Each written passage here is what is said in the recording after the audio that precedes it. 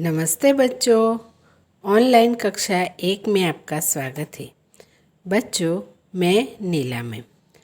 आज हम री की मात्रा और फूलों के नाम का अभ्यास करेंगे।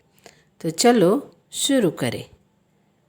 बच्चों, सबसे पहले हम री की मात्रा वाले शब्दों का सचित्र अभ्यास करेंगे। बच्चों, री की मात्रा हमेशा वर्ण के नीचे लगाई जाती है। तो चलो पढ़ना शुरू करें। पहला चित्र है गृह का।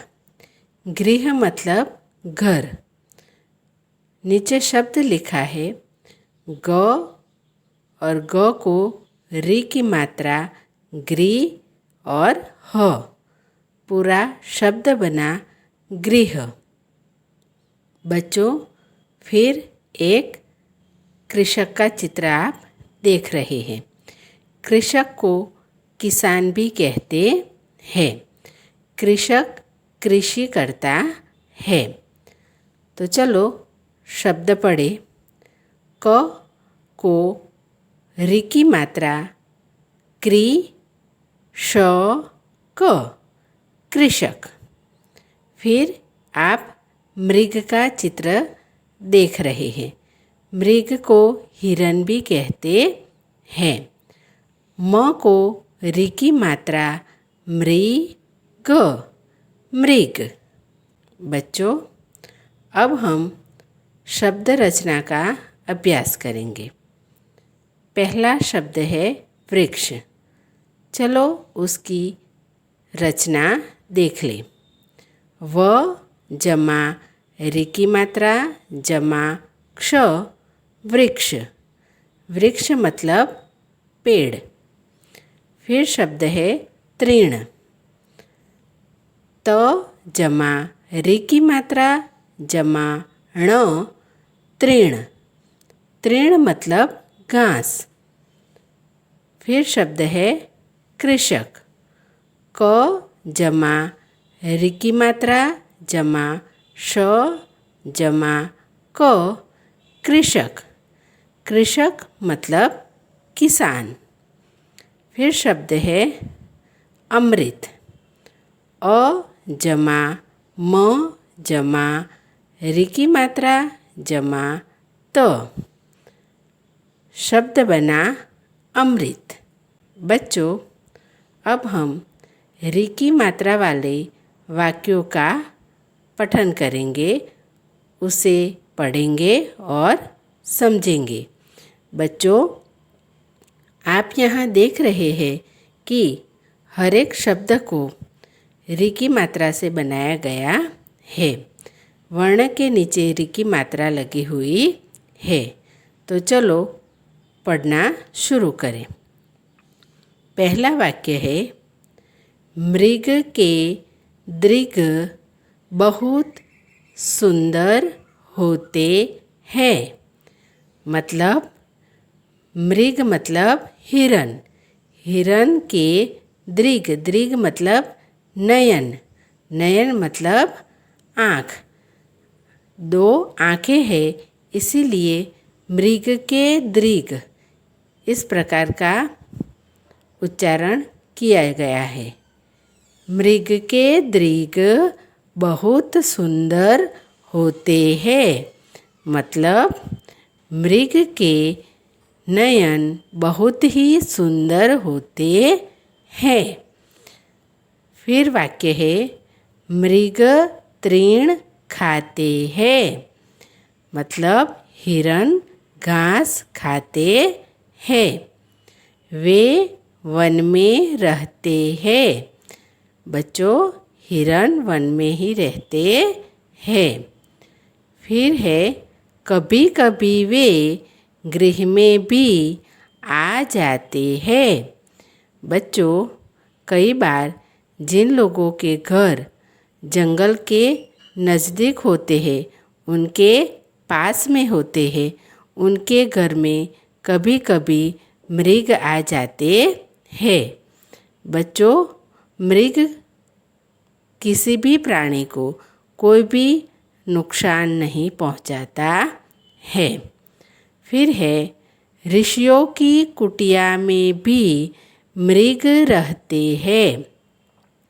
बच्चों, ऋषि मुनि होते हैं, वह जंगल में अपनी कुटिया बनाकर रहते हैं। तो आपने कई बार धार्मिक सीरियल्स में देखा होगा कि ऋषियों की जो कुटिया होती है, उनके आश्रम होते हैं, वहाँ मृग अक्सर देखे जाते हैं। फिर शब्द है ऋषियों का हृदय बहुत कोमल होता है। पूरा वाक्य क्या हुआ?